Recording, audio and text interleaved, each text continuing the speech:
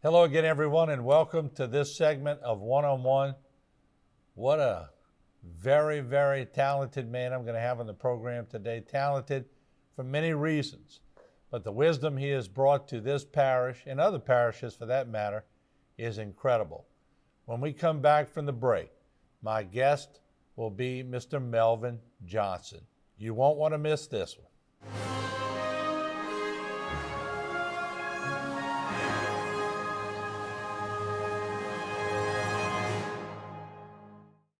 One on One is brought to you by the Law Office of Waits and Downer.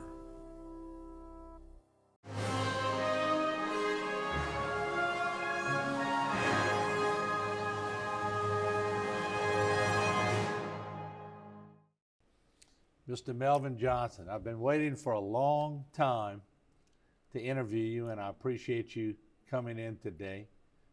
And you're looking great. Thank you. And you disclose your age to me so I can say it publicly. You're 90 years old, but you don't look it. So what's the secret, first of all? Well, the secret is eating right, exercise, and that's about it.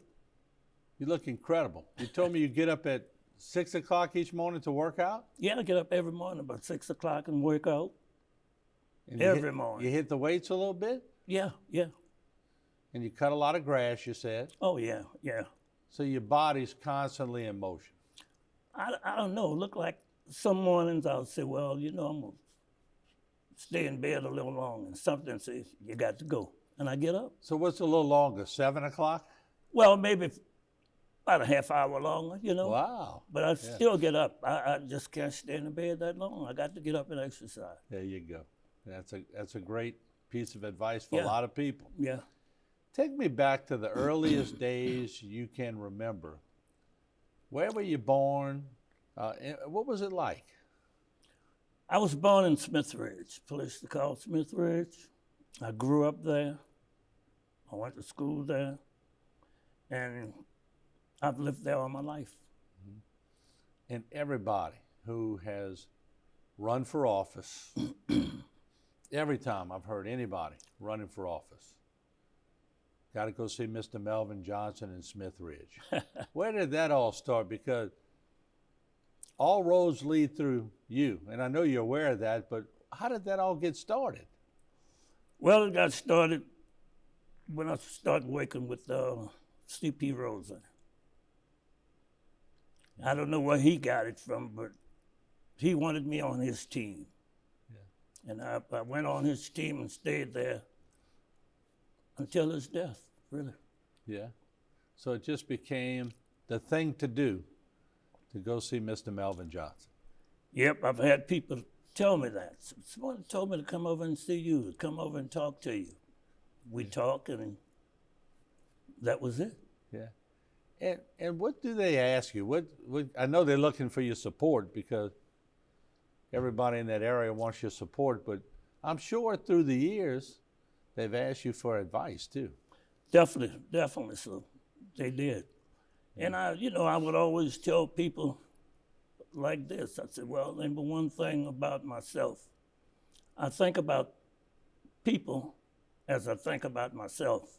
I love myself, so therefore I love people. Right. And to be honest about it, if you treat people like you wish to be treated, it's very seldom you'll run across somebody that would try to misuse you. Mm-hmm. They're going to respect you. Taught my kids that. And so far, they've lived with it up to now. They've done well. And we're going to get to your kids. Your Okay. legacy is pretty secure, I should say. But so growing up Smith Ridge, there's a connection with the Smith side. Why is it called Smith Ridge? It's from my wife's family. The whole family, that family owned all of the property there at one time. Mm-hmm. Now, other people came in and they bought some of it, but that's why it's called Smith Ridge. All right, yeah, because during the Hall of Fame banquet, Troy was alluding to Smith Ridge. And a lot of people have heard about Smith Ridge, but no one ever really knows why something's named what it's named. You talk about your wife. Where'd you meet her? In Smith Ridge. That's great. And was it love at first sight? I'd have to go way back and look at that. Right. But anyway, we met and we got along real good. We had our ups and downs. Mm-hmm. But it's not the end yet, but at the end, I hope it stays this way. And she was with you at the Hall of Fame banquet when Troy was being honored the other night. Now, correct me if I'm wrong, but she seems like she's a rock. She keeps things in line. She's the person that's going to tell it to you like it is. She's not going to hurt your feelings, and she cares about people. She really cares about people. You know, all the years that she taught school, I meet kids today, and we go to different places shopping, and they walk up to her, Miss Johnson, there's Miss Johnson. She said, well, and if sometimes she'll see somebody and say, you see that person over there? I taught that person. And she'll walk over and talk to that person. Mm-hmm. And she just, that type of person. What did she teach? How long did she teach? 26 and a half years. Yeah. And what school was she at? She taught at LaCash, she taught at Eleanor, she taught at Southdown, and Oklahoma, I think. Yeah. Yeah, absolutely. Yeah.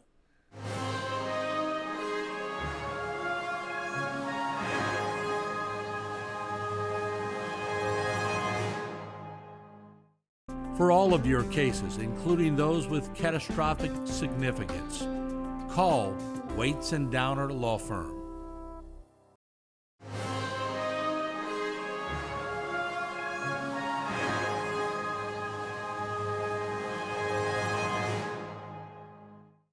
So in the early years, when you were young, what was the climate like? What was it like, the atmosphere around this area? Can you paint a picture for me? The atmosphere, you mean like working? Yeah, or working, whatever? and what was it like? I mean, what was the main industry? What was going on? The main industry in my area was sugar cane and shrimp factories. Mm-hmm. I'm putting it that way, and that's the way it was for black people. Mm-hmm. Because you couldn't go get a job in an oil field. Right. At that time, the parish was not hiring blacks. Really? That's how I remember that. Wow. You had to get a job wherever you can. Mm-hmm. So the sugarcane industry and the shrimp industry was where the blacks were being hired. Were being hired. That is true. Yeah. Yeah. When did you sense it change? When did Terrebonne Parish, or Lafourche for that matter, when did they start hiring the black communities? After the signing of the Civil Rights Bill. Not before, after the signing of the Civil Rights Bill. That's when blacks, you would see guys working for the parish. They'd work a while, they'd go sit under the tree. And you never saw a black guy working for the parish at that time. Hmm. So once the Civil Rights Bill came out, then it was almost like they were sort of forced to do it, right? Once Melvin Johnson signed the Civil Rights Bill, that was it. Yeah. That was it. Doors began to open. Is that when you started gaining prominence on the scene, because you always were well-spoken? Well, what happened with me, after the Civil Rights Bill passed, the Voting Rights Bill passed. Mm-hmm. And after the Voting Rights Bill, who needs you if they don't, who want you if they don't need you? Good point. So blacks were needed after the Voting Rights Bill passed. Mm-hmm. So then you saw candidates coming into the community then, soliciting black votes. And I think they only look at the people who was telling them the truth. I was never a yes man. I always looked at things and I tried to measure things out before I make any decision. Mm-hmm.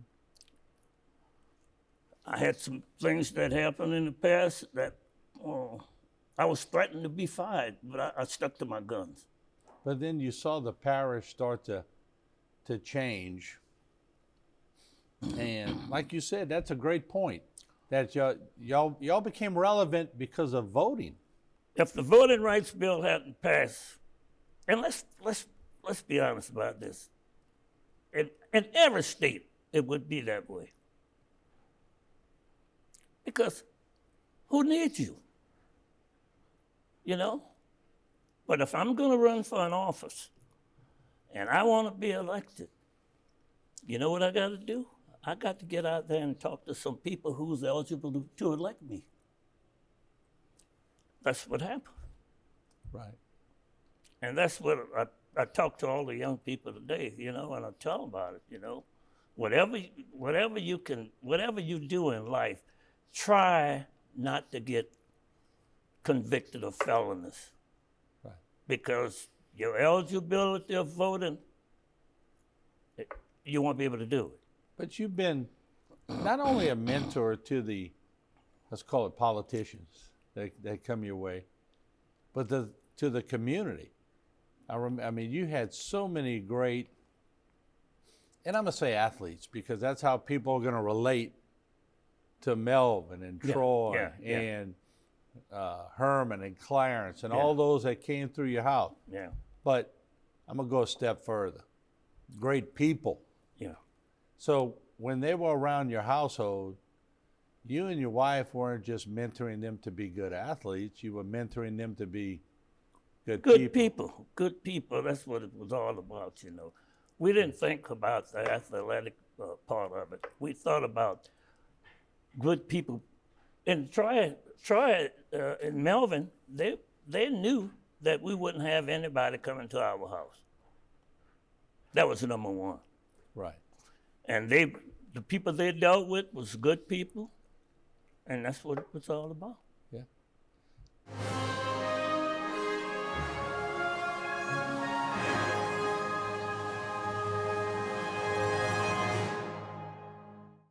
For all of your cases, including those with catastrophic significance, call Waits and Downer Law Firm.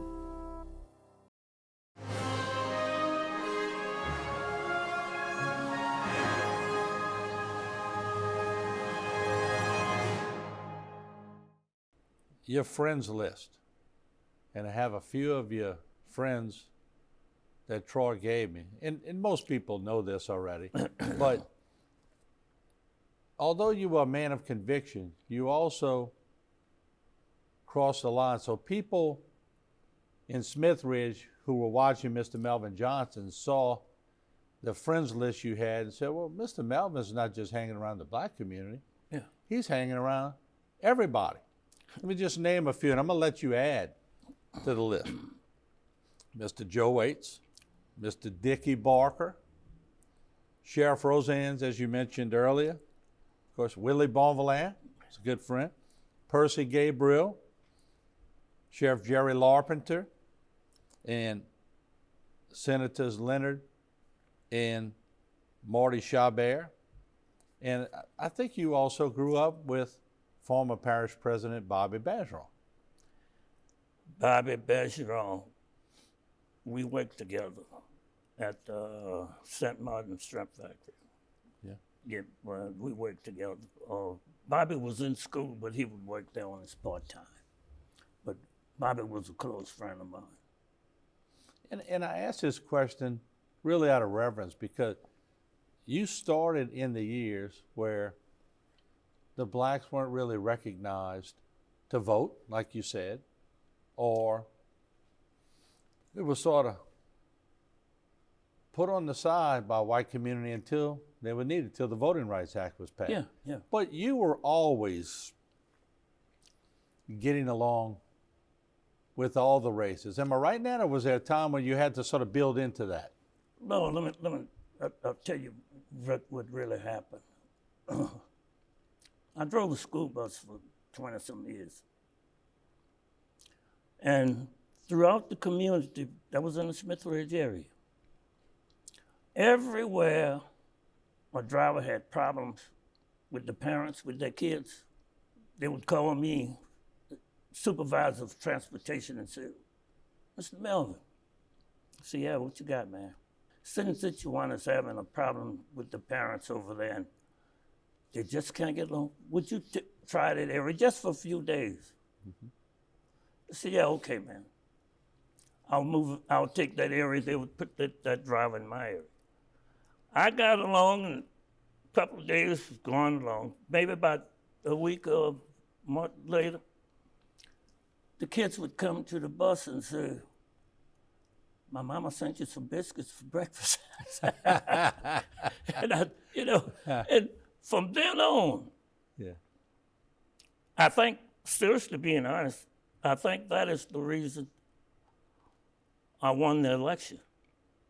Because I moved in every area that drivers, and when the parents saw what type of person I was, Right. I had no problem winning. 5 guys with me, and I won it in the first primary. Right. How many times did you run for office, and what offices did you hold? I ran for Justice of the Peace for 3 terms, which is 6-year terms, and I stayed there 18 years. You just ran out of fuel there, or you just... Well, this is it. I was going to make 72, and I was going to have to resign. That's true, yeah. So what I did, I didn't campaign at all. They kept on behind, put your name on. I went on and put my name on the list, and I lost by, I think, 113 votes. Yeah. Right. But I didn't campaign at all. Right. But I'll say this, at all the clubs, all of the clubs, say white clubs and all, down in Chauvin, my wife went to them all, and I went to them all. We had a good time at these clubs. I never had no problem. Mm-hmm. Club Belvedere, you remember the Club Belvedere? I don't. At the Press Wheel there, that club. It's a club there now, but it's not Club Belvedere. Okay. But we went to all the clubs. And what was that like? Just like I'm talking to you here. Yeah. I didn't feel afraid or anything. Mm-hmm. I just enjoyed with the people. Yeah. People came to my house, they enjoyed. Mm-hmm. And Troy and them were there. They had white, black. These kids came to the house, and when Melvin graduated from school, my wife and I gave a party for the Southdown team, for the football team. That was for the coaches, the athletes, and their girlfriends or friends. And we had it at the gym. And everybody had a good time, man. We had a DJ and everything. But only one thing it was, alcohol was served to parents, not kids. Mm-hmm. I had that understood before we did it. Right. Yeah.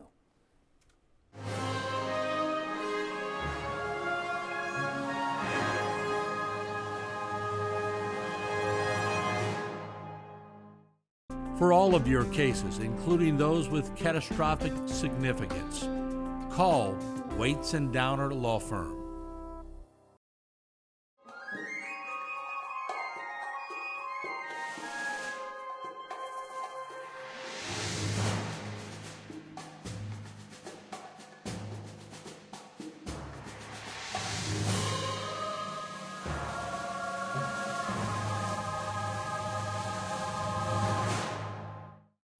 This one-on-one program has been brought to you by the law offices of Waits and Downer.